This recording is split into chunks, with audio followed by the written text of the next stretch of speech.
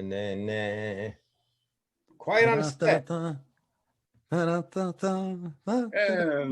welcome to another episode of Funny Talk with Mangelli and Max. I'm Tom Mangelli. This is Doug Max. Say hi, Doug. Start over again with a little more enthusiasm. Yeah, we're recording. It's okay. Just more dynamic. Come on, like bump it up. Give me an 11. Tom can't count that high. Go. And welcome to another episode of Funny Talk with Mangelli and Max. I'm Tom Mangelli. This is my co-host, Doug Max. Say hi, Doug. Hi, Doug. Hi, Tom. And hi to our special guest tonight, Mike Bonner. Hey, everybody. Hey. Comedian extraordinaire and juggler. That's all I know about him for now. Until we learn more. So Mike, how the hell are you? It's been a while. I'm doing good. Just, getting all the stuff done I put up for 12 years doing comedy. My house is falling apart. So now I'm just like catching up on stuff. Yeah, that's good. And everything done. That's it. Harassing grandkids, things like that. So how many grandkids you have now? 6 now. Oh my God. I had 2. Now I got 6. Which is odd because you have no children. I know. Never do ancestry.com, I'm telling you. Wow, Mike, how many kids do you have that you have 6 grandkids? Great. And they each have a boy and a girl. So okay, wow. Really works out. It's really good. Now you have officers in the family, is that correct? Yes. One son's in Homeland Security. He used to be at ICE and he switched over to Homeland Security. And the other's a state trooper. He's a detective in the state troopers. So now, when he worked with ICE, did he ever have a toothache that made it bad? No. What? Just some people hollering at him. He's a good guy. Yeah, but he killed 3 people in El Salvador. He's a good guy. Don't take him away. So killed 3 people. It was an accident at back in the day when they had the buffet, the salad bars. Right. Horrible. Tom wanted the romaine. No, we're let us get in front of you. No, I have to have it all. 3 people were killed. And don't forget the Macarena incident of '89. I think of that macaroon incident, but that's the Jewish version of it. Another thing. Yes.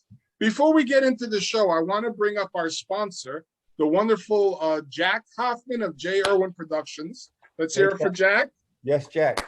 Yes, if you want to put together a comedy show for any venue, if it's a private party, if it's a showcase in a restaurant, a fundraiser, you want to contact Jack at jirwinproductions.com. Right, Doug? Yes, Tom. I left a lot for you to say, didn't I? Well, Mike, Tom is referring to the fact that maybe this isn't right of me to do, but I've been trying to promote. Many comedians have talents besides being comedians. Some of them are actually much more talented at those other things than. Anyway, so like me, for instance, I'm OCD. I don't care if people hire me to do 15 minutes of comedy. I'll do 15 minutes of cleaning. Too. And Jack, and I bet out of the Jack knows everyone seemingly. Oh, Jack's like Annette Georges. He knows every comic and everything. I've never met him, but I've talked to him back and forth on, chit-chatting, things like that. And he's a grandpa too, so we got a lot in common. Right. No, great guy. Yeah, Annette Georges, how is she? I haven't seen her in a long time. Who's that? Patty? Annette. Oh, Annette? Annette's still good. I just talked to her a couple days ago. She wanted to know when the station was going to open back up. And when is that? When it's full blown open, because he said I can't open up now and then Phil Murphy closed me down next week. He says I'm ordering food, alcohol. I can't order my food and then throw it all out next week, So yeah. Full blown open. So did you give him my number? Yes. Okay. All expired food goes to Tom Mangelli. I was telling Tom that when I met Patty the first time, it was like she and I had exact opposite lives. I was from Summit, and I went to school in St. Louis and lived there for 15 years. And she had the reverse life, right? Wasn't she from St. Louis and lived in Summit for a time? She lived in Summit and she moved to Berkeley Heights. Pinky's out, everybody. Oh, okay. But yeah. She was in St. Louis too, wasn't she? No. And I must have been drinking that time. Were you in St. Louis? You didn't tell me. So yes. She was. Ask her. She was in St. I Louis. just did. She swears she wasn't there. It wasn't her. Okay. Well, I also was in Summit and Berkeley Heights, so maybe that's why. Summit, New Jersey. Yes. I lived in started out Summit there and and ended up Berkeley Berkeley Heights. So, Mike, tell us a little bit about yourself. I know your background was in football. Is that correct? Yeah, I played in the semi-pro leagues for like 8 years. I played since I was 10 years old. I started never really started out like that. I just every step of the way I thought it would end after high school. I thought that was it. And then I got letters from colleges. So I went to college and I got whole disillusioned by the college thing because it's like a full-time job when you do college football. It's like a deal with the devil. And I got disillusioned by the whole thing and quit college. And then I took a motorcycle ride and went up the Parkway and made a left and kept going. I ended up this town owning in New York. And I was walking around, I saw this sign, tryouts for a semi-pro team. I said, what the hell? So I gave it a shot. And then second year, everything kind of took off. So I was playing with pros, ex-pros, things like that. I think that should be the name of your autobiography. I took a shot. I took a shot. Yeah, which brings me to the question. I always wondered, how did you get into comedy? Well, I was always funny. Taking after my brother Freddie, who got killed in Vietnam. He was always a funny guy, always constantly funny, happy, stuff like that. So I try to take after him. And because of that, you grow up making light of everything. When you have a tragic thing like that happen. Right. So I was always a funny guy. And then when I was in my 30s with a few kids, my father-in-law said, you got to do stand-up comedy. I said, Dad, I got 3 kids. I can't be leaving 6 o'clock at night, come home 3 o'clock in the morning every day, I don't want my kids to be somebody else's problem, So years and years later, a lifetime later, I'd never set foot in a comedy club in my life. And we got a postcard from Stress Factory. Oh, we're giving comedy lessons.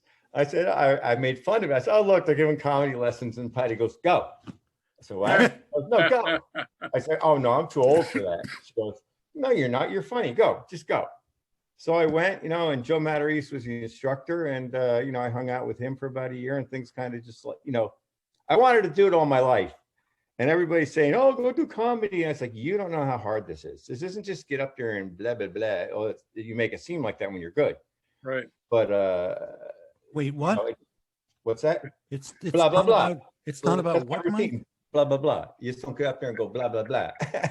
Did Tom did Tom tell you my plan for my next set? That was your blah, blah, blah, blah, routine, blah, blah, blah. COVID, blah, blah, blah, blah, blah, blah. But anyway, so it took off from there. And then, just, how you go around begging for gigs and trying, you got to get on stage. Right. So Patty, took it, says, we got to go find a place, where we can host, backtrack a little bit. Well, another one of my comedy mentors, Bobby Gonzo, got me into hosting because we were doing a show once. And I said, who's hosting? He goes, you are. I go, me? No. And then he kind of walked me through it. And I did. Wow. When was that? Hair. Wait, how long ago was that? If you That'd had to be guess. about 9 years ago. How long? 9-10 years ago. Really? Yeah. And Mike, when I started comedy and I was on shows that you were hosting, I'd assumed you'd been doing it for like 10 years. Yeah, I'm on year like 12 now. So you held off. You held off for a long time, I guess. Well, I just thought that ship had sailed, and then like Al Martin said, funny's funny. It doesn't matter how old you are. And that kind of stuck with me, Al Martin owns all the comedy clubs in New York. So, well, the three of us have that in common. We're all bucket list comics. Right. I didn't start till I was 50. And isn't it the greatest thing, giving you like fulfillment? Yes, I'm glad I'm out here. Right. Exactly. Yep. So Mike, you can stop me if you want, but I want to circle back. You said your brother was killed in Vietnam. Yeah. So I'm very sorry to hear that. The year they stopped the draft, but they still had the lottery. Yeah, I have 74. My number was 7. So I was like that close to going to Vietnam. I was so, I don't know how you felt about the war, but I learned all the protest songs, like, so many. Oh yeah, Country Joe and the Fish and all that stuff. And I felt so bad. All the soldiers that came home, they were all looked at as pariah. Well, you know, and it was really totally unfair. But anyway, horrible. I'm yeah, I'm sorry. a Gold Star brother. So And I I lost my own brother too. I was 10, he was 8 years old. So I don't know what years those were, but anyway, my sympathies and my empathy. no, thank you. But he's my older brother. He's kind of my idol. You know, I was 13. He was 22 when he was killed. So, you know, my dad was in the Navy till I was like 9. So he kind of like took me under his wing because I was like a basket case kid. So he didn't want a wimpy brother. What So he's did trying to you rough do? yeah, I still am. What did Yeah. So, you know, it kind of sets the wheels in motion and something like that happens. You know, every comic has a bad story that sets this off, you know. Yeah. You know, when we go to the station and when the comics aren't on, we sit in that table outside, we all talk and you hear the stories, though, and it eventually comes out as to why they started. Yeah. You know, something happened and they don't even say this is why I started. It's just like, you know, this happened to them and this is but they'll make you listen. I'll tell you a comedian, I will not say his name, who I'm close enough with. He knows my father passed away, you know, six months ago. So I'm talking to him earlier on today. He goes, I forget, we get into a lull. We were fighting about politics. There's a lull in the conversation and goes, how's your dad? No change. I'll slice you. What? Paused. I said he's resting comfortably. I thought it was a decent response. And your father laughed. Now I had a similar situation with myself, and my older sister died at 5.5 of leukemia, and my mother, both my parents did not take it well, obviously, and my mother fell into a deep depression that I spent my entire childhood trying to cheer her up. Say, and it just became ingrained in my personality. It's like that was my whole self-image was making people laugh.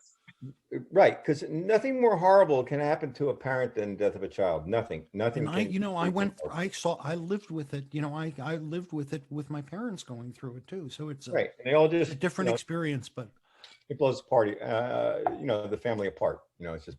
But anyway, this is why. Anyway, the end of that, and a warning to parents, because as a result, like when I would go camping with my 2 sons, with the neighborhood, you know, parents or dads, it was always dads and the kids, I was known as safety man because I was so obsessed about, you know, not wanting anything to happen to my guys. Right. It, you know, it affects you different ways. You know, it's just, what was I going to say? I was listening to your story. I was like, oh my God, Doug. Mike, you know, I've always viewed my role in comedy is depressing people to make it easier on the comics. I'm a team player. You know, what position did you play in football, by the way? A safety and kick returner, return punts and kickoffs. So what is a safety, please? I'm sorry. He stands way in the back on defense, and when everybody gets tackled, he runs up and jumps on top of the pile. Now, I never played football. My mother didn't let me. Mike, no, look for the pile. Forget the ball. Look for the pile. Oh, I'd be clean the whole game. Why are you so clean? I'm not getting dirty. What are you, crazy? No, I was always big compared to my fellow students growing up. And the football coach wanted me desperately to join the football team, but my mother wouldn't have it. She was overprotective after my sister died, yada, yada, yada. Oh, yeah? So, yeah, I wasn't into football. I was into meatball. All right. But I could have turned pro. Yeah. Giving Joey Chestnut a run for his money at the hot dog contest. Yes. But yeah, so you know what happened, it affects you like it blows the family apart. You know, like my brother would always like, don't hang out with that kid. He was always watching out for me. You don't hang out with that kid. And when he died, everybody just, you know, came together and blew the family apart. And I you know, I was kind of off on my own at 13, and that's not good. 13-year-olds make my own decisions. You know, I had no rules, no anything, hanging out with, you know, we were low income neighborhood, you know, middle class, blue collar. You know, eventually, you know, you start dabbling in drugs and things like that and all kinds of bad things, doing bad stuff. And, you know, football would pull me back in every year because you got to start getting in shape like March. Right. And the season starts June, July. So you got to start getting in shape. So every year, it would pull me back in, and so that was And like, you had a good coach that made you love the sport and want to keep on doing well, it's it. my brother. He's always playing football. He was supposed to play football at Wagner when he got back, not Wagner, Hofstra, when he got back from Vietnam. He talked to the coach. He had done 2 years of college, but ran out of money. And my father wouldn't co-sign his loan because my father would be a man, and he ended up joining the Army to get the student loan and all that stuff. And then the rest is history. Never made it back. So he ingrained football in me. It was always football, football, football. And, you got me into Pop Warner and all stuff like that. And it just kind of took off. I was always undersized, but, Now, didn't it you worked also out. coach? Oh, yeah. I coached, well, geez, I coached for about 20 years, Little League, things like that. I coached in semi-pros for a little bit, a year. Wow. It's not paid, it's not paid or anything like that, but. So I want to ask you, I don't know how, I think I'm as old as you are, Mike. I'm 60. Yeah, I'm 62. Yeah. So if you were pro football back in the day, do you know Willie Wilson? Yeah, Willie Wilson. We made fun of him all the time on the team because we had guys from Summit there. Because Willie Wilson played baseball, and some of the guys knew him, went to high school with him, and they would bust his chops because he was good in high school because he was hyper fast. And in high school, it's all about I went to high school with him. I went to junior high and high school with him. That's why I won. And the guys on the team, you'd mention his name, and they would rag so bad. I played for 4 years upstate New York in the Empire Football League with the Oneonta Indians. Pronounce that one. And then when I moved back home, I started playing with the Jersey Oaks in Plainfield. And a lot of guys were from Summit, Plainfield, in the area. And they knew Willie Wilson. You bring up his name, and they would just like riot on him. So for those listeners who don't know, Willie was like the star of the Summit football, basketball, and baseball team. He ended up going on to play for the Kansas City Royals center field. Yeah, best Willie Wilson. Incredible. Anyway, I always tell the story it was in high school. I raced, in phys ed.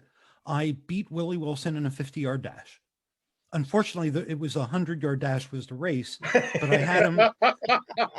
had him for the first. But my favorite story of Willie Wilson. So Willie is I'm like, what do I say, 5'7" when it's humid. Willie is 6'3", 6'4", incredible athlete. We're playing flag football in junior high, and I'm trying to get Willie's flag and I was always the guy with the ball running because I was faster and nimble. But I was trying to get the flag off of Willie. He picked me up, held me under his arm, and ran over end zone and scored with holding me. That's hysterical. Even back then, I was like 13 and an old Jewish man. Even then. Yeah. Well, Anyway, I remember playing touch football with the kids in the neighborhood. And again, I was like 3-4 times the size of everybody else my age. And I remember like having the football and Jeff Elkin hanging onto my one leg, Andy Siegel on the other leg, and I continued on down the court, the field to get a touchdown without dragging them. Yeah. So anyway, it all worked. I had a couple pro tryouts, things like that, but it didn't work out. You gotta be happy where you are. So I gotta tell you, I was never. I played. I think I played football one or 2 years with full gear on. Contact football, yeah. But I remember my father taking me to a Jets game with his brother. I think it was his brother. It was freezing cold, and I know it was the Jets. Anyway, it was freezing cold. I had my first cup of coffee to warm up. No cream, no sugar. It was disgusting. It was probably disgusting coffee to begin with, and it was disgusting. And then the game was delayed because Sherman Plunkett, who was, I guess, some linesman on the Jets, got clipped and swallowed his tongue. And you're seeing this. He was as big as you, Tom. Just kicking his feet on anyway, that it left a you know, it left an image in my head. Why are people doing this?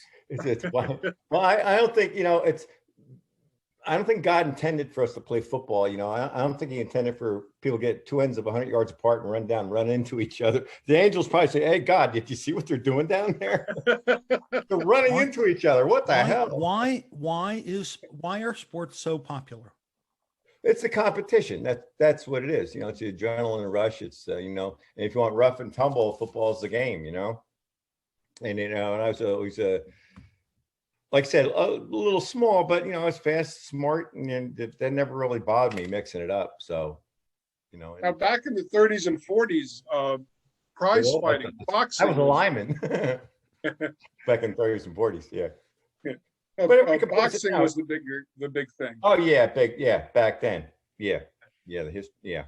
But so I've always been of the opinion that our society would be stronger and we'd be more advanced and peaceful if our competitions were, more like a Jeopardy every day. Right. Yeah. But that won't happen. a cooking bowl. Yeah, that goes far. But I have one in my cabinet. A cooking bowl. A big one. But so anyway, backing up. Anyway, so I went to New York and I played there for a few years, and then I got named to Pro Football Weekly All-America team, and then had some pro teams call, give me tryouts. The CFL gave me a tryout. I made it down. CFL was the Canadian Football League was my best chance. I made it down to like the last half dozen guys and got cut, and then tore my knees out the next year, and that was the end of that. So, ouch. Good old AstroTurf. So, but yeah, it was fun while it lasted. And then I got into the Hall of Fame in 2006. So that was very special. And why was that? Why was that? What? Why did I get elected? Why were you in the Hall of Fame? What were your notable accomplishments? I bought them all. No, well, it's just, I guess all the stats I put up over the years, I was in a couple of different leagues, made the all-star teams in both leagues, all-American team. You put everything together that you've done. I hold like 9 records, semi-pro records, interceptions, fumbles, blah, blah, blah, blah, blah, all kinds of crap. So, and then a representative from my league submitted my name for the Hall of Fame, and I got in first ballot, which was weird also. So, wow. And yeah, it's pretty. When they said they're nominating me, my mother-in-law goes, "Yeah, right." I said, "Yeah, I know." I said that can be far-fetched. And I got a phone call on Super Bowl Sunday that I'm in, and kind of got floored with that. So nice. I want to get all the details. I got interceptions and fumbles. I want to get the other 7. So you're looking up my. I want Tom to write a letter to the Football Hall of Fame for me. Okay. So yeah, but it is the whole thing. I play with a bunch of great players, and that's the whole. I had a great supporting cast, and I wouldn't call them supporting cast. They're all stars in their own rights. Some guys need everybody on the team. Well, yeah. So it wasn't for that. Of course, not them, but like I said, my interception records. Well, that came because my defensive ends gave the quarterback maybe 2.5 seconds to throw the ball. And things like that. Plus, it's so small, they couldn't see me out there. Half the time, I think when everybody stood up, they lost me. He's like, "Oh, is Mike wearing the Mylar uniform again?" Well, the uniform was grass color. I just blend in. But yeah, so like a lot of good stuff happened to me. It's just it wasn't planned, and it just came out. So it was good. Nice. My date with infamy. Okay, 2006 Hall of Fame, American Football Association. Look it up. I got a shitload of records in there. Everyone wants to look up records and do like that. So. Wow, we're honored. I had impressive, no idea, very impressive. I got a ring. I have no knees and I can't keep my thoughts straight, but I have a ring. I got a ring. Hey, you can't have everything. So when did you learn to juggle? Yeah, that was a later thing. That happened during Superstorm Sandy, believe it or not. Really? I'm down in Englishtown, the Englishtown auction, and the guy has a couple juggling clubs, pro ones sitting there on the ground. I said, "How much you want for them?" He says, "Well, if you can find a third one, $1 a piece." So I dig through the pile and I find the third one. So I bring them home and I said, "One day I'll do this." And then like the next week, Superstorm Sandy hits. Boom, wipes out electricity. Boom, boom, boom. Nothing to do. So I start juggling. I start playing with these things, hit myself in the face and the nuts and all this stuff with these things. Black eyes. My wife, Patty, would be like, "You're juggling again?" Because I got a black eye. I got a big Oh my bruise on the God. side. You learn with bean bags first, don't you? That's what I did. Well, tennis balls. I knew how to juggle with tennis balls since I was a teenager, but the clubs is a whole different story. Yeah. And then Patty said, too bad you can't talk while you're doing that. So then I started talking like that. And they said, too bad you can't do fire. So then I got fire. Jesus. I started doing fire. So she's like, it's like, well, you're the one open your big mouth. You're the one said, too bad you can't juggle fire. I remember when Kevin Lee was performing at the Comedy Cove, and I remember the owner saying this guy, she wasn't familiar with him, wanted to know if it was okay to do fire. And at the Cove, there's absolutely no ceiling. You've got 6 by 6 feet, and then it's people, burning people, and like no. But he turned out to be very competent, so I would have trusted him if he was comfortable with it. I would have trusted him to do it, but I don't own the building, so. No, well, you can tone down the flames, but it's just it's weird. It's because like I said, when you have fire, when you start, they have little flame balls that shoot off that screw you up, So anyway, so that's it. So I'm just trying to do that now. I'm messing with puppets and things like that. So talk about your puppets. My puppets. So I got my for Christmas. I got my grandson a ventriloquist puppet. Uh-huh. A real, like a Johnny McCarthy puppy. And, I said, what the hell? I grabbed my, I got one too. And I sat around for a couple months and I started messing with it. Because I had animals all my life and I always gave them voices. The animals always had voices and some sort of voice, whether it was a Mexican voice or a dumb guy voice or a boxer voice or something. I always gave so that, I was kind of used to doing that. So, then I got the puppet and it was an old guy puppet. And I said, holy crap, it looks like me. It's bald. So I got that and I got a couple more I'm working with. So I'm dabbling into that, So Mike, would it offend you if we wanted to talk to the puppet a little bit? Find out what kind of owner you are?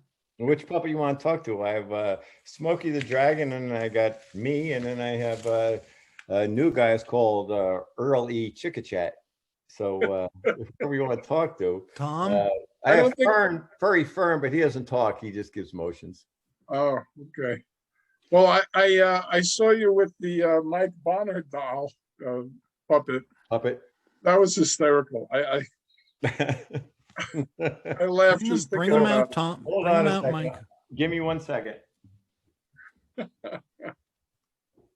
How come half the people I know have puppets? Because you only know 4 people? Oh, that's true.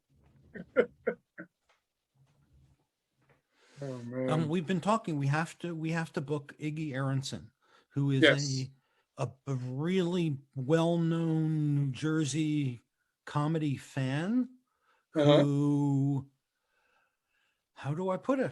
He happens to be a puppet and he travels around with the 6 foot something tall puppet owner, who's really a horrible, miserable human being. We love him, but he doesn't know we abide him because of the spirit, the humorous and zestful spirit of his puppet, Iggy. Right. And he became Iggy's Curiosity Shop. I was just gonna say, he became so popular locally that they named their Curiosity Shop after him. Iggy's Curiosity Shop. That's in Midland Park, New Jersey. Call and tell him you want to talk to Iggy. So now, Doug, I have some random questions that I prepared for our guest today. Yes, Mike. I know you did, Tom. I'm hoping we'll have a conversation and not have to use any of them, but I narrowed them down to 3. Okay. And the least offensive ones. Yes. Okay, good. Okay, shoot away. Hey, shoot away, Tom. Hey, Mike. Ask me anything. So Mike, I have some random questions. You mind if we always do a segment called random questions? Shoot. Okay, number 1. If you can spend a whole day with anyone, living or dead, why do you still eat peas with a knife? Because I like to live dangerously. Good answer. Good answer. Second question. Of all the farm animals you've cadoodled, what radio station plays the greatest hits? 101.5 on the weekends. Joe Yay. Henry. Big Joe Henry. Thank Big you. Joe Henry. Good answer. I met him, by the way. We have a lot of the same fat jokes. And question number 3, if you could live the rest of your life anywhere in the world, what would you name your penis? That's a tough one. That's what she said. Yeah, that's what I said. Tough one. That I gave you the name right there. Tough one. You can plead the 5th. Oh, that's a tough one. The tough one. Tough one. All right, I like it. So you know, Mike, you're right. This puppet looks a lot like you. He does. Oh, hold on a second. See, I love it. I wasn't kidding. So wait, do something. Come in so we can see both of you, and let's see if we can figure out who is who. Can't appear at the same time. Hold That's on. true. It ruins the illusion. And don't forget, part of this is the audio audience, so they wouldn't know. Right, that's true. They don't know that you're. Where are you? In Pablo San Lucas. Tom? Oh, Now Who you do we- know him, don't you? who do Who's we this have guy? here? Oh my God! This is Earl E. Chickachat. Hey Earl. He's my new buddy. How you doing, Earl? Do we address him as Earl or Earl T or Mr. Chitterchat? What? No, it's Earl E. Chickachat. Ah. Chick have to- chat. You have to excuse Doug. He's deaf in one ear. And I hear Been here on the other. voices in the other. So what do you want to talk about? Stupid here. Stupid here is trying to learn ventriloquism. He's Is doing that, pretty good. yeah? He sucks. But no, he's doing good. All right. I think he's doing all good. Just, yeah. Well, I think he should wear a mask and pretend he's being cautious. Doug Carr said that, didn't he? Doug Carr said that to us. He said, you should wear a mask to hide that ugly face, first of all, and then you could, Hey, now Earl. you move my lips. Earl, Mike is our guest on our show, Okay, Doug. and we like to treat our guests like they're in our home and somewhat respectfully, and we would appreciate it if you would do the same. Earl, can I ask you, what is your favorite? What's the best thing that Mike does for you as your friend? Take his damn ham down my back. That feels real creepy when he does that. Okay, I'm gonna go, Doug. I'll see you later. See you later, stupid. All right, so here I am. I thought he was talking to me when he said stupid. Be amazed how many turn around when somebody says, "Hey, stupid." Do you ever pick a voice that you realize too late it's hard to keep doing for a while without your throat getting sore? Because you always use different muscles. I've only just started the ventriloquism part. I've only just started it. I'd just maybe a few weeks, Wow. and not constant. So it's kind of weird. I should wear them when I do it, make it a lot easier. You But can Are you do a gonna lot are you gonna better get with a the- little? I'm sorry. Are you gonna get a little pink tutu for your Mike doll? oh, they have all that. Anyway, They have all the Mike, accessories. when you're on a Zoom show and you want to do ventriloquism, just get a remote microphone, and Right? Get There you off go. get off the screen and have the puppet up there. And But it's fun, and I got my grandkids, some hand puppets like that, so they're having fun with That's it. cute. So Yeah. it's something new. the only voice I do is John Hollywood, and I do it really well. But my throat stays Hurts your sore throat, for a right. day. Yeah, when I practice for a while, it's like a comedy. You got to build up your voice, right? It's Yeah. when you're doing a routine, you got to keep that boom up. You can't taper off. You got to boom. But when I'm doing a 10-minute set, only like 7 or 8 of it is in my Hollywood voice. So That's amazing. That's not his original name. I don't know if you realize this. Oh, I know. Yeah, his real name is Hollywood Land. Hollywood Land. Shortened it. Oh, Johnny. Yep. So it's good. So anyway, so where we go with that? So I had another puppy. I got Smokey the Dragon. He's my newest. He's the New Jersey spokesperson for the legal marijuana. So Oh, nice.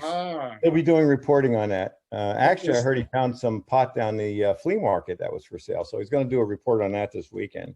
I think he's Okay. going to go back down there. Smokey the Dragon. For our Yeah. viewers Cool. who are not aware, New Jersey has legalized marijuana, although I don't know the specifics of it. And they're talking like, it could be a year until distribution. I had a friend who had a license, and at the time there was only 1 or 2 dispensaries in the entire state. Mhm. So it was like, impossible to get.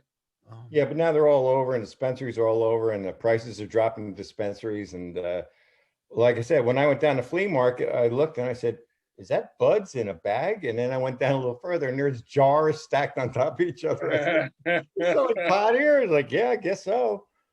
So, yeah, it's legal. So if they got the license to sell, what do you? So anyway, long time coming. It was stupid anyway. Archaic. A lot of work for the cops. Unnecessary work for the cops.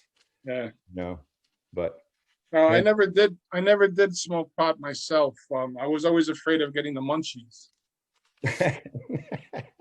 You and were then well you go up prepared like for them, balloon, it's Tom. this balloon. But yeah, I'm like Dick Cavett said. I smoke, but I don't inhale. So No, who was that? It wasn't Dick Dick Cavett Cavett. said that. It Dick was Cavett. was it? What? No, wait. Was it Dick Cavett? Yeah, Dick Cavett said it. I thought it was some famous politician, and he was mocked for it. Like, but it wasn't. Maybe it was Bill Oh, it Clinton. was Clinton. You're thinking of Clinton. And then Obama later said, "I inhaled." I thought that was the whole idea. It's just so. But anyway, so yeah, that's it. So he's the new spokesperson for New Jersey's marijuana. So he'll be doing a report this weekend at the flea market I love it. about it. So Smokey the Dragon. Now, for our viewers and listeners that aren't familiar with your venue at the station, tell us about that. Okay, the station. Like I said, we all want to get stage time, and I was tired of begging for spots. So Patty drugged me around. We got to about 30, 40 places, told us to get lost. And then the station was the third place we did that stuck. And it's been going on, it's going to be 8 years soon. Wow. 8 years. How many shows had you done there? 300, when 302 before the COVID hit. Wow. COVID hit, and that was, shut it down. But yeah, it was good. It was every week, and I'm saying, I got to take a break. I got to take the summer off. Careful what you wish for. I can't tell you, my girlfriend is very close to you, like 10 minutes away. And it just got to be, I was taking care of my 97-year-old dad when he passed away, but and he was getting worse and worse. Every time I drove past the station, I'd think of you and wish I had the time, but I had to decide between doing comedy or seeing my girlfriend the one night a week I could get away, Oh, yeah. free. So So God forbid. And then if you got married, you'd hear that the rest of your life. Remember when you went to the station and you didn't come see me? You'd hear that one 30 years from now. Your last breath. You didn't come see me. I'm going to remember that, Mike. I've been with her for 5 years, so you never know what the future holds. There you go. 30 years from now. So the station just blossomed. It's just the only deal we had. Comics ate free, and it was like Kevin Israel put it best. It's called like a pro open mic, because the only requirement I had is that you've done shows. Right. Whether paid or not, but you've done shows. Not open micers, but you've done shows. So everybody on there has done it a few years. Right. A couple of years. Been up there, exposed themselves on stage. And all that. So Well, you always put on a great show, and I got to meet a lot of comics. Oh, it's great. The That people way. I met, and then the people started coming down. Julia Scotti, Don Jameson, Ted Dan. The list just went on and on and on and on and on. People showing up. Yeah. And the thing is what's really weird is we have a great time. It's always a good time. It never has that. Like when I go into New York and do a gig, everybody's sitting there, oh, you do your thing. Yeah, good job. Go home. Nobody wants to talk to each other. And it's like a competition thing. You get here, it's just like a party. Yeah, everybody comedy. gets along. There's no competition. I was going to say the first time I went there, that was one of the. I remember I met Jose Angel Diaz there the first time, Yeah, and he just always has struck me as very happy, no matter what. I don't yeah. know why, but and it seemed wrong for a comedian to always be happy, but I liked him anyway. But You I feel just it's remember phony, there was right? like I could feel this like clickingness, and it feels a lot like there's a club up by me that's run by Pat Grion. Yeah, He Pat. does a Yeah. lot of shows at Tierney's. Hmm. A very similar camaraderie among the comics doing the shows, and it's a great place to try material and have fun. And How many times I had to stick my head outside the door and tell the comics to shut up because they were laughing so hard outside the show. You guys I shut said I was sorry. up. I go out there, there's beer bottles and dollar bills thrown all over. It's like, what the? I just love it that we have a great time. We have a blast. It's just like. And you have a loyal following with the audience Yeah, member. yeah. And that George just comes by and Kathy Pirelli and a few others. Concussions help make me forget a bunch of names, but there are some very few diehard comedy fans in New Jersey. And I know Annette is one, and Tom and I have a friend named Bill, who's another one. Bill and Nancy Aronson. There's Ellen Fried from Jack got into this Atlantic because City. he loves comedy. Yeah, Jack Hoffman. Jack Hoffman loves comedy. Yeah, But before he became a producer, he was my bringer. He was one of my bringers. But these are people that live for comedy. They don't do comedy, but they live for it. They love to listen. They love it. critique, It's act. they'd be having their football team or whatever. They don't. They have comedy. And it's good to have them because, when they come to the shows, I can always say, "How was the show?" "Oh my God, that was the best one you had." So, "Oh my God, this was great." It's just like, I love to hear that. And it's where people can try new stuff too. Like Julia Scotti came in before she went on, I think, America's Got Talent. Same jokes you heard at the station, she told there.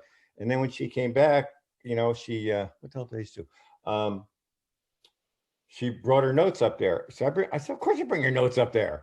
I said, "Tell that joke, and if you screw it up, back it up and tell it again. That's what we're here for, and the closeness with the audience, like everybody just loves it. Everybody, and it's a free show, so you didn't spend $100. If you spend $100, you ate like a pig and drank like a pig on yourself. But you don't want to spend like $30 to get in someplace and then the show sucks. Because I saw two big guys. I saw two major headliners that I waited. Oh my God, if they ever come to the Stress Factory, I'm going to go see them. And both times I was hugely disappointed. Huge. Really? One I walked out, and the other is just like, I was just so disappointed. And that's another thing I supply the comedy fans. Instead of spending that kind of money and being disappointed, they can see me for like, $2. And be equally disappointed. And naked. But no, it's a good time, and I love what it turned into, what it morphed into. Base guys looking for stage time, and then it turned out to me just getting up there. Okay, here's the show. Shut up, Mike. Get off the stage.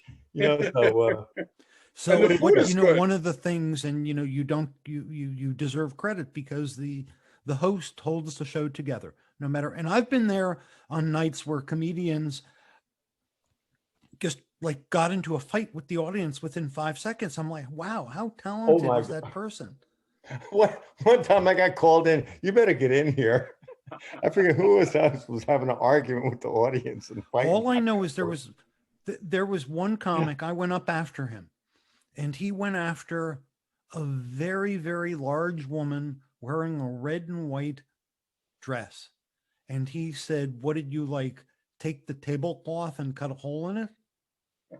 He went after her outfit. She was sitting next to the only black man in the room who was about 6'8" and 400 pounds.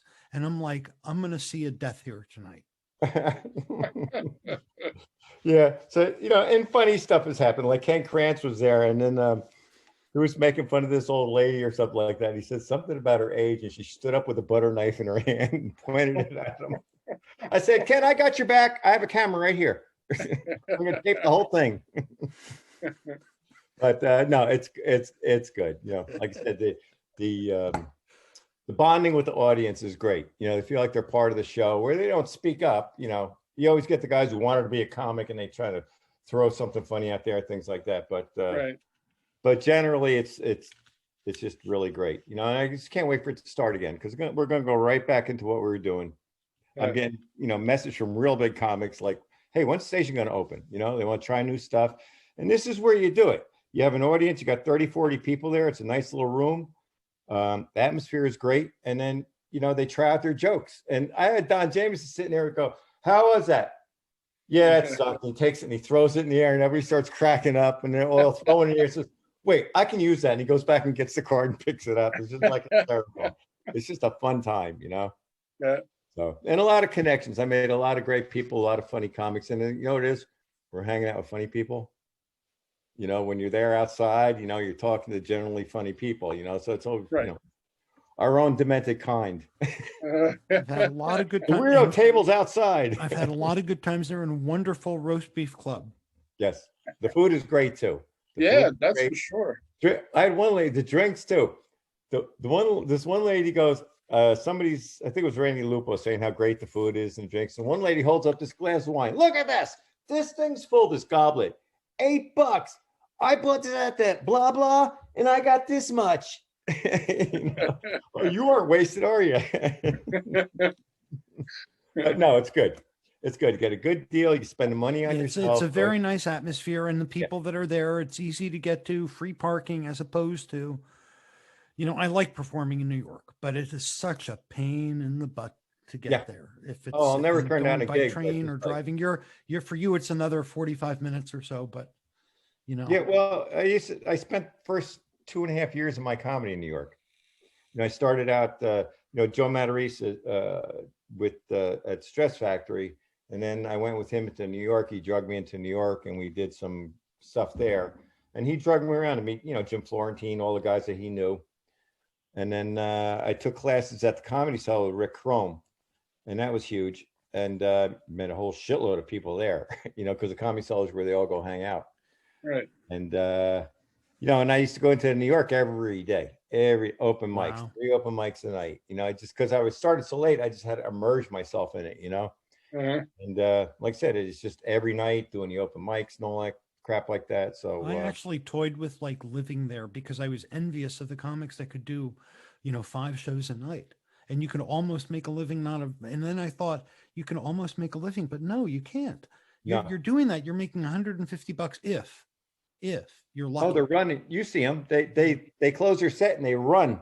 They run down the street to the next place. You know, get And they're living. And if they're living in New York, they're you know they're I don't know if they're breaking even, but I don't know what they're doing, but they're hardly eating. Well, you're trying to get discovered like everybody else, you know, you actresses and, you know, the waiting tables, you know, things like that. You know, you just try to survive in New York. That's why I tell Tom we need to come up with some gig. Like there was you remember the angry bagel shop owner that like attacked one of his customers in a bagel tirade, and the next thing you know, he's booked at every comedy club in New York. I don't know why.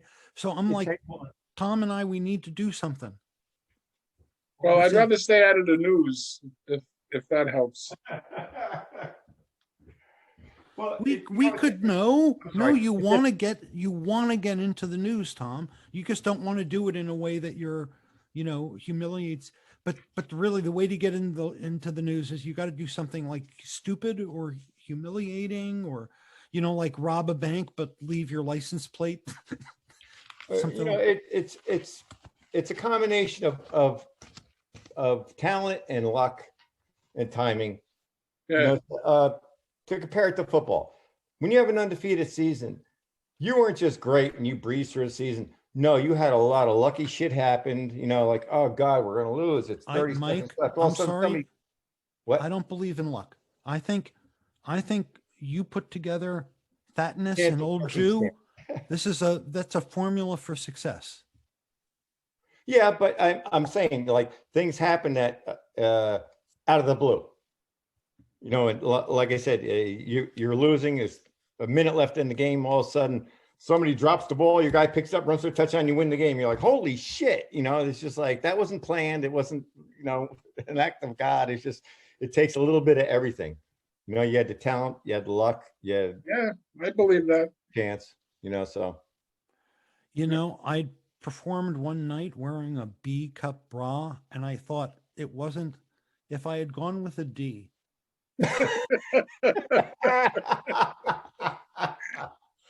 Always second guess yourself. Should I wear the pink tutu or the blue tutu? Listen, I'm a 38-40. I think I could have held it, you know. But and I was being demure. I was, you know, I'm dressed up like a woman. Why am I trying to be demure about it? People knew I was a man, probably, right, Tom? I wasn't that good looking a woman, was I? It's not so clear sometimes. But you know, they're gonna, hey, that Thank guy you, with the honey. bra. Why do you think I wear that stupid Mike shirt and the M hat? I started so late. I can't establish now. I gotta have a shtick. They don't remember Mike Bonner. They remember that old guy with the red hat and Mike shirt. You Right. know, so you got to get Speaking a of shtick. hats, what is your hat? I can't read it. This one, Homeland Security. Okay, that's your son. Okay. My son, Homeland Security hat. Yeah. And where did you We say don't he have was now, now? but what's that? Where did you say he was Oh, working? he's in New York now. He's with Homeland Security. Okay. He was with ICE, but that was getting so dangerous, ICE, because I said pretty soon, you know, this whole thing of ripping kids out of arms of parents, that did not happen. You know, that was all horse crap. You know, and I know my son, plus I know other ICE agents. You know, I coached probably 1,000 kids, and a lot of them become law enforcement, FBI, things like that, because they want to rid the streets of guys like me. But Taught him you know, well. and this is all bullshit. Get out of the shower, Coach Mike. Don't start that rumor. Foolish kid. But you know that, and that's all horse crap. So what happened is when they ICE's immigration criminal enforcement, and what they're doing is they're taking guys. They get a call from like El Salvador or Guatemala. Hey, this guy is a double homicide, and we suspect he's in your area. You know, and they'll find this guy and they dig him out, and there's people screaming at him, leave him alone, he's a good guy. Yeah, but he just killed 2 people in El Salvador. You know, but he hasn't, you know, he's a Mason here, and he's led a good life for 5 years and blah blah. Yeah, but he still blew 2 people away in another country, you know. So, and they remove criminals. That's the whole thing. You're chasing gangbangers. You know, they're chasing down gang. You know, if you take away ICE, we're in trouble. Gangs are all over the place. People don't realize gangs are everywhere. The Mexican gangs, MS-13. But my son, I was educated about it. They are everywhere. You know, you'll see the tattoos, you see the chicken hawk head haircuts, things like that. I was walking down the flea market. I'm walking with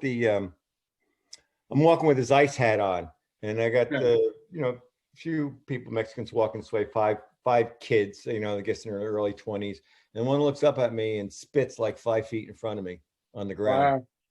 I was like, you. No, it's just like, give me a break.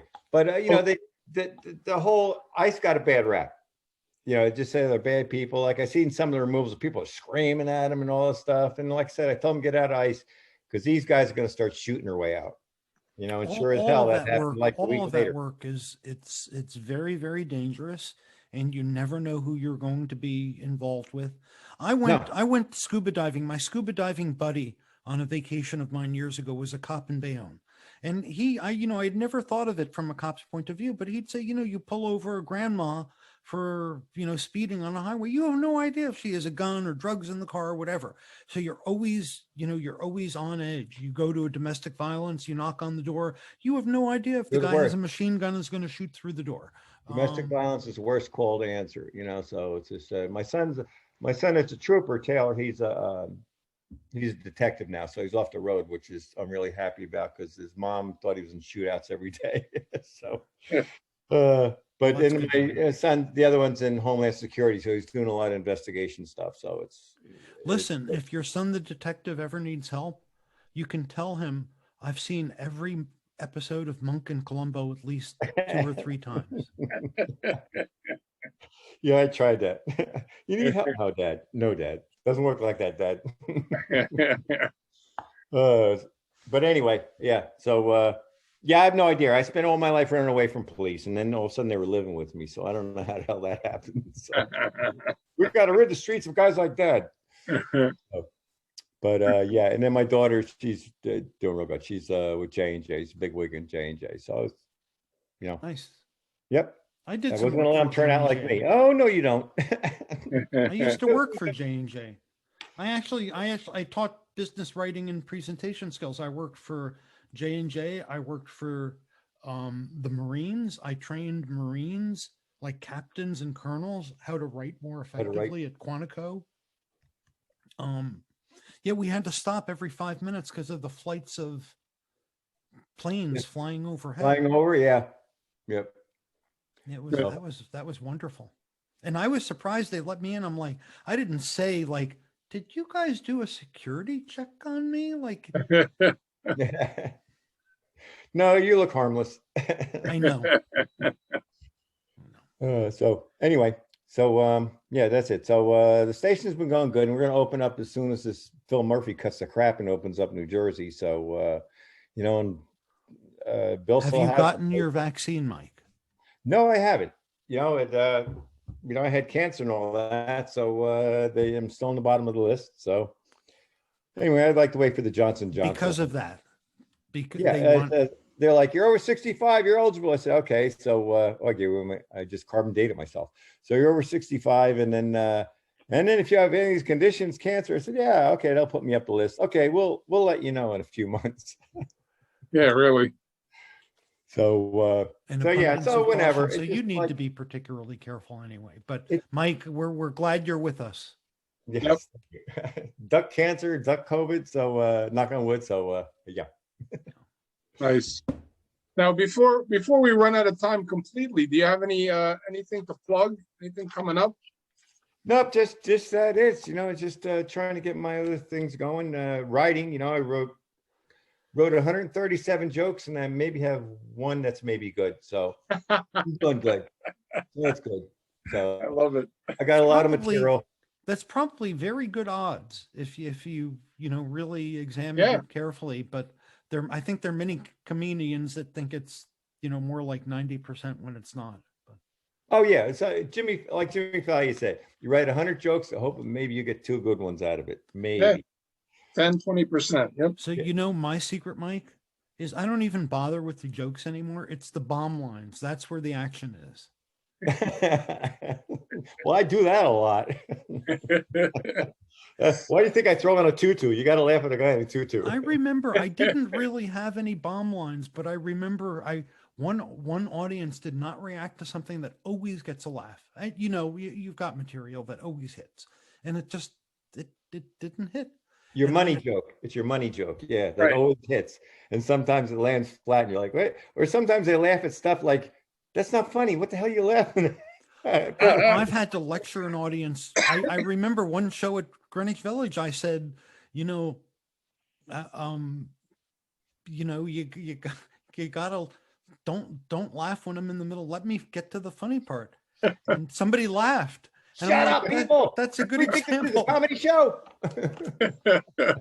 Well, the first laugh I get in my act, I'll always say, "Please don't laugh. It throws me off. I'm not used to it." Hey, whose line should that be, Tom? No, it's all good. We're happy we're here. We're happy we're doing it. It's just like I said, I wanted to do it all my life, but just had no idea how to start, and thought of the ship had sailed. I'm here. And now you don't have any idea how to stop. Yeah. So it just don't. Well, who the hell was it? Melvin George told me in the beginning, just don't stop. Don't take a break. Don't stop. Just keep at it.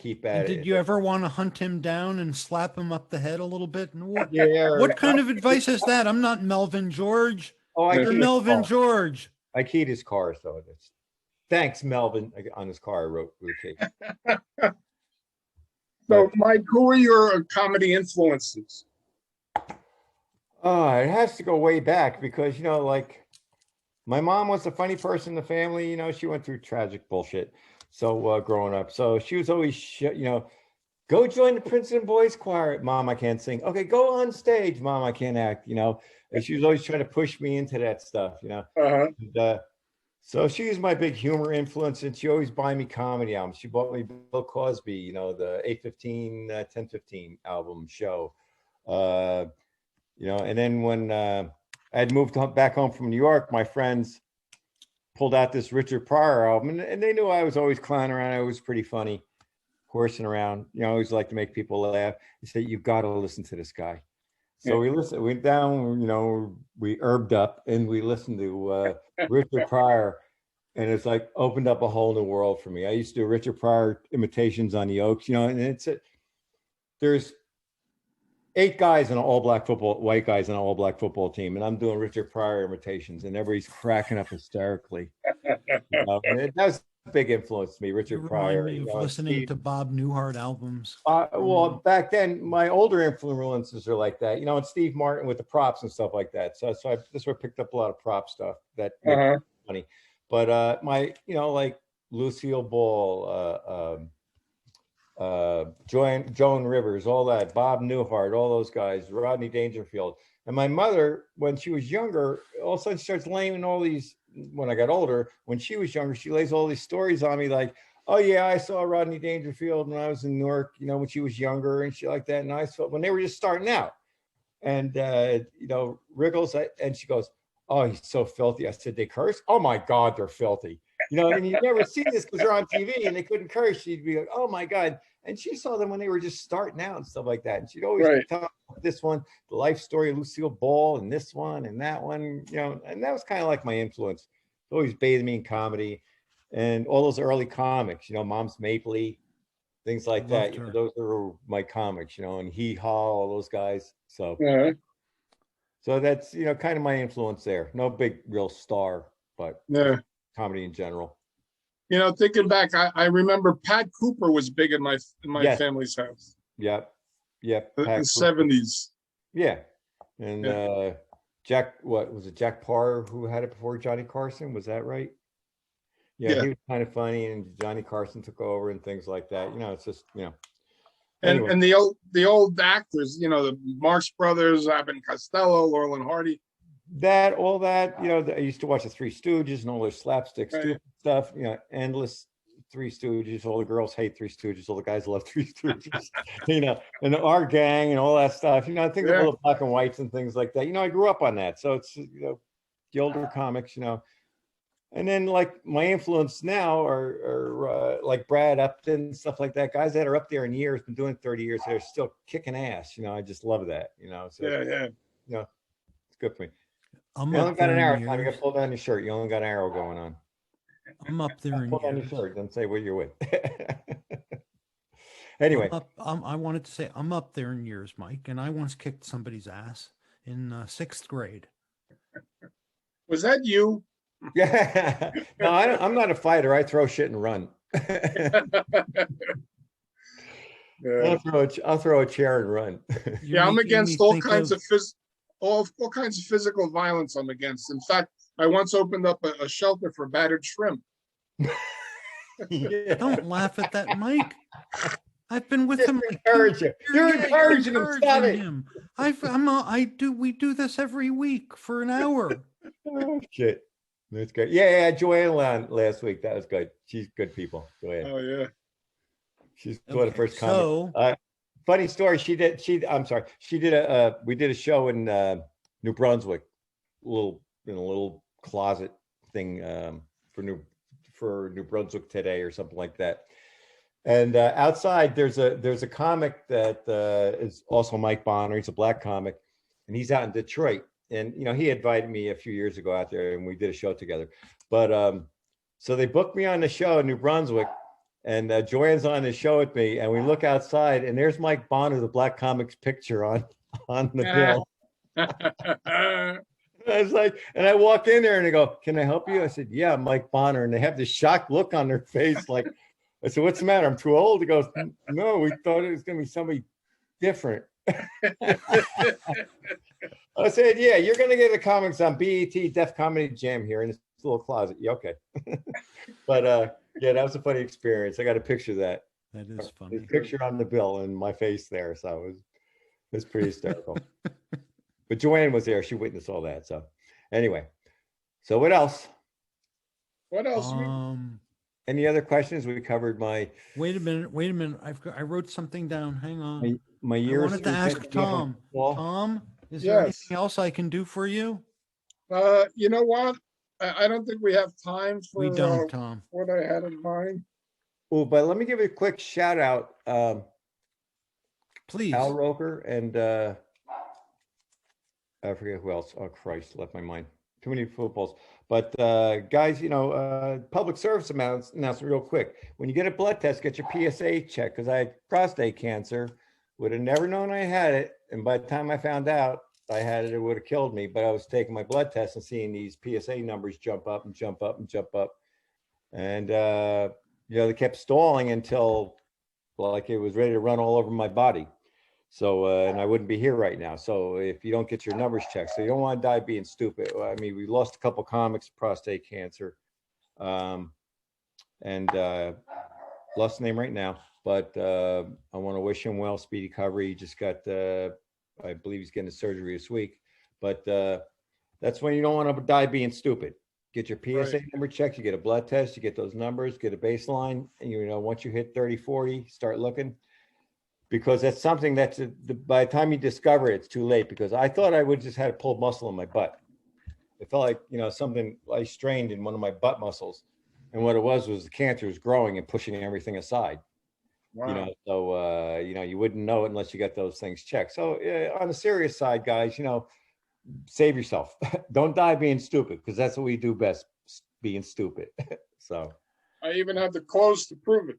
And for our comics listening, if any of you are diagnosed with something requiring a surgical procedure, I do offer surgeries for $129. No, you just like giving the prostate exams. Bring your own. Bring your own. I know you, anesthetic. Doug. Mike, I was about to, and then I thought, that's one thing. No, I'll pass on that one. Oh, Vinny Mark. I'm sorry, Vinny Mark. So I don't know when he's getting his surgery, but I wish him luck and a speedy recovery. He just got diagnosed. So, like I said, there's not enough awareness on it. Before COVID hit, I was coordinating with Robert Wood Johnson Cancer Center. We were going to do 10 days in a tutu, and I was going to visit sites in New Jersey and have my picture taken with tutu, do 10 days in a tutu for fundraising, but COVID wiped that out. So this summer, hopefully we'll give it another shot and raise prostate cancer awareness so we don't lose any more guys, like breast cancer awareness. That, I lost my mother to breast cancer because nobody knew anything about it. Let's just cut it out and cut it out and cut it out, and that's, we learned a lot more about it. Now it's, we can attack that disease. And that's what we got to do with prostate cancer with men because it's killing men. And, it's a weird thing to talk about. Men don't talk about that stuff. Yeah, we don't talk about that. Especially your father. Try to have a conversation with your father about prostate. Dad, the stuff that shoots your DNA all over the place. Yeah, okay. That conversation got real uncomfortable real fast. So anyway, so that's my public service announcement. That's good, Mike. Thank you. But anyway, and maybe I hope you change somebody's mind and saved a life. You want a free prostate exam? Call Doug. Usually let my wife do it, but. And on that note, before we sign off, even though it's COVID and nobody is doing comedy anywhere, we need about 10 or 20 minutes for Tom to tell us where he'll be performing. Oh, stop. It's not, I don't have that. Well, I do have some gigs. I have to say. I'm going to be doing a new venue in Paramus. I have to look at my notes here. Saturday, March 20th, I'm going to be at the Orange Lantern in Paramus. The headliner is Rich Carucci, and I'll be on. I like Rich. Rich is a funny guy. Rich is a funny guy. And then Tuesday, March 23rd, I'm going to be down in Magnolia, New Jersey at the Laughing Fox. I'll be there with Steve Rinaldi. Yep. Where the hell's Laughing? Where the hell's Magnolia? Whose name I remember. My old girlfriend. It's south of Cherry Hill. Wonderful way out there. Way out there. Is it? Then, go ahead. Yeah, Friday, March 26th, I'm going to be at the Lorita Winery in New Egypt, New Jersey. That's kind of near where I live. And Helene Angley is going to be the headliner there. And so you just did a show with her, right? What's that? You just do a show with her. Helene Angley, she's funny. She is funny. Yep. Yeah, and then I'm going to be at the Comedy Cove in Springfield, New Jersey, Friday and Saturday, April 9th and 10th, opening for Doug Karp. Doug's a Not- funny guy too. not Doug Doug's a Max. real funny guy. He's hilarious. Yeah, he's real funny. I Yeah. like I Not like Doug Doug. Max. Doug used to run an open mic in Springfield. Milburn. Yeah, yeah. Yeah. Well, Millburn, Springfield border. Yeah. Yeah. But yeah. I remember way back then. McGlynn's. It was like my first open mics. I was always shell shocked when they caught the stage. Doug would talk to me. I'd be like, "What? You know, but don't do that." So, no, Doug's a funny guy. No, he's a real funny guy. We told a I funny did a show with story him about in Doug Somerville, last and it was hysterical. Yeah. We told this funny story about Doug last show, and unfortunately, he might have actually listened to the show and heard that story and might not have thought it was so funny. So if he's happened to listen again, Doug, I'm very sorry. Tom told me to tell that story. Blame it on Tom. Bro, Tom, Take it up with Tom. You got a problem, Doug Harp? You take it up with my friend Tom. But Doug's funny as shit. It's just like, but I remember Doug from the roast of Gene Nagel at the Comedy Cove. And Doug came up with like a tray of 8 or 10 martinis, you know, like Gene, they were all water, but he was better drunk than somebody Brooks. What's his Foster name? Brooks. Foster Brooks. Oh my God, Foster Brooks. Doug was such a good another drunk. guy. And I'm like, oh my God, you're a comic and you're making fun of the guy that books the club. Are you an idiot? And I was on the dais, and I'm like, you know, I was only in comedy a couple years, and I was like amazed at how brave this guy was. Uh-huh. You know, although he was a cop and he could take care of himself. So Yeah. Always get behind the guy who has the gun. Fight breaks out, rush the stage. I'm getting behind Doug. He got a gun. But no, he's hysterical, you know. But I wanted to share something to the folks that are listening about getting older. not for sissies, that's for sure. I actually I got all excited because Amazon delivered my compression socks. That's sad. Don't worry, you'll be out there. Tom, I think we should devote a segment every episode to what compression item came in the mail for you. I'm getting a compression hat. Yeah. Okay. Well, Anyway. that's not So anyway, terribly funny, but Mike- it was kind of funny. Mike, thanks again for coming on the show. You're Thank a you, wonderful guest and Thank a you. good friend, and I'm glad I saw you. You know, got to see each other again, Yes. and looking forward to the station opening up again. And give us the address of the station so people can find it. Okay, they have a Facebook page, Station Bar and Grill. It's in Cranberry, New Jersey, Highway 130, 2625 Route 130 South in Cranberry, New Jersey. And when we start again, it's going to be every Saturday now. It used to be every Friday, but Saturdays opened up. And that's the kicker of this thing too. I switched to Saturdays. Saturdays became available, so I switched the show to Saturdays. And we were always getting like 20, 30. Sometimes we get lucky, get a 40 people in the show, stuff like that. First 2 Saturdays were 40 people and 42 people. Nice. Saturday's today, so we're excited to get. People are still recovering from the week, and you know, Saturday it's let's get out and have fun. Right, Friday, I have to hurry up, get home, shower. You know, I took Friday because Yeah. that's what I could get. So, and then now I get Saturday. So I know the owner good, and so it's we're going to year number 8. So That's really we'll great. go to 400 shows. So Awesome. Mike, when I'm looking you forward to it. when Thank you you get a guys so date- much for having me on. when you get Thanks a for date being on. and go live, please let us know. We'll Oh, yeah. we'll make a note of it on our Facebook page and mention it on the show. Yep. And Bobby Gaines, I'm going to give a shout out to Bobby Gaines because he's doing a lot of promotion of everybody in their shows. Bobby, love you. Yep. And he's doing a lot of promotion. He's got the comedy Facebook page. Can't remember right now because I'm old. I can't remember shit. Yeah, we love But, Bobby. I but, hate Gerald Love Benford. Bobby. Bobby Gaines, we love. We went through so many stupid open mics together too. It's back. All these guys you struggle with the open mics with. Yeah. Stupid. I Piano. remember Bobby at the first open mic I bet him. Yeah. Also, another guy that just seemed happy.